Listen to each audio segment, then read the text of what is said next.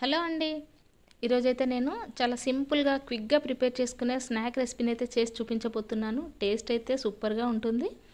పిల్లలు స్కూల్ నుండి వెళ్ళి వచ్చేసరికి మనం ఇన్స్టాంట్గా ఈ రెసిపీని 10 నిమిషాల్లో చేసుకోవచ్చు. అంత సింపుల్గా చేసుకోవచ్చు, అంత రుచిగా కూడా ఉంటాయి. Welcome to my channel. ముందుగా దీనికోసం నేను ఇక్కడ ఒక బౌల్ తీసుకొని దానిలో 1 కప్పు వరకు సోరకాయ తురుమును తీసుకున్నాను. సోరకాయని ఇలా తురిమి తీసుకున్న తర్వాత ఒక పెద్ద సైజు ఆనియన్ని ఇలా చిన్నగా కట్ చేసి కూడా వేసుకున్నాక దానిలో 2 టేబుల్ స్పూన్ల శనగపప్పును ఒక పావు గంట ముందు నానబెట్టుకొని తీసుకున్నాను.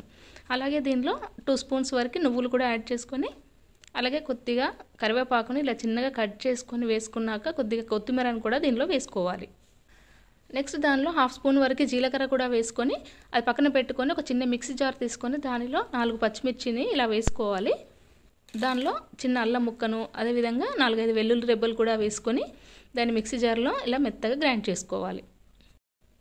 ఇలా గ్రైండ్ చేసుకున్న పచ్చిమిర్చి పేస్ట్ను కూడా మనం సోరకాయ తురుములోనే వేసుకోవాలి. మనం ఈ స్నాక్కి ఈ కారం సరిపోతుందండి. మళ్ళీ ఎక్స్ట్రాగా ఎండుమిర్చి కానీ లేదంటే కారం కానీ ఎక్స్ట్రా వేయాల్సిన అవసరం లేదు.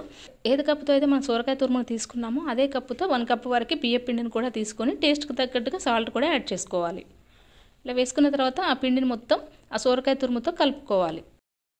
దీంట్లో వాటర్ అస్సలు అవసరం ఉండదండి, ఎందుకంటే సోరకాయలో ఉన్న వాటర్ క్వాంటిటీ మనకి ఈ పిండి మొత్తం తడిసిపోతుంది.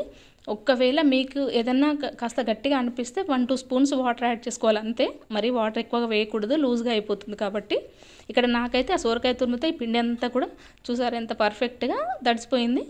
మెత్తగా కూడా ఈ విధంగా కలిపి పెట్టుకోవాలి. నెక్స్ట్ ఇక్కడ ఒక కవర్ని తీసుకొని దానిపైన కొద్దిగా ఆయిల్ అప్లై చేసి ఇప్పుడు మనం వాటిని చిన్నగా ముద్దలు చేసుకొని ఒక్కొక్క ముద్దని దానిపైన చిన్న గారెల్లా ఒత్తుకోవాలి. ఈ విధంగా చిన్న సైజులో మనం గారెల్లాగా ఒత్తుకుంటే సరిపోతుంది. ఇది మరీ పల్చగా చేసుకోకూడదు, అలాగని మరీ తిక్కగా కూడా చేసుకోకూడదు. ఇక్కడ నేను చూపించే విధంగా చేసుకుంటే సరిపోతుంది. ఇప్పుడు మనం డీప్ ఫ్రైకి సరిపడా ఆయిల్ పెట్టుకున్న తర్వాత ఆయిల్ బాగా హీట్ అయిన తర్వాత మంటను మీడియం ఫ్లేమ్లోకి అడ్జస్ట్ చేసుకొని ఇప్పుడు మనం ఒక్కొక్కటి ఫ్రై చేసుకోవాలి ఇందులో వేసుకొని. ఈ విధంగా ఇక్కడ నేనైతే 3 వేసి ఫ్రై చేస్తున్నాను. ఇవి కొద్దిగా ఫ్రై అయ్యి ఇలా పైకి తేలుతున్నప్పుడు నెక్స్ట్ వైపుకి టర్న్ చేసుకోవాలి.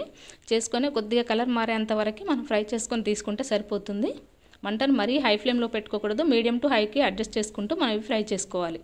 అంతేనండి, చాలా సింపుల్గా ఈ విధంగా ఫ్రై చేసుకోవచ్చు. ఇదే ప్రాసెస్లో మిగతావి కూడా ఇలా గారెలా చేసుకుంటూ ఆయిల్లో మంచిగా ఫ్రై చేసి తీసుకోవాలి. ఈ మంచి కలర్లోకి వచ్చిన తర్వాత మనం తీసుకొని వేడివేడిగా సర్వ్ చేసుకున్నట్లయితే చాలా రుచిగా ఉంటాయి.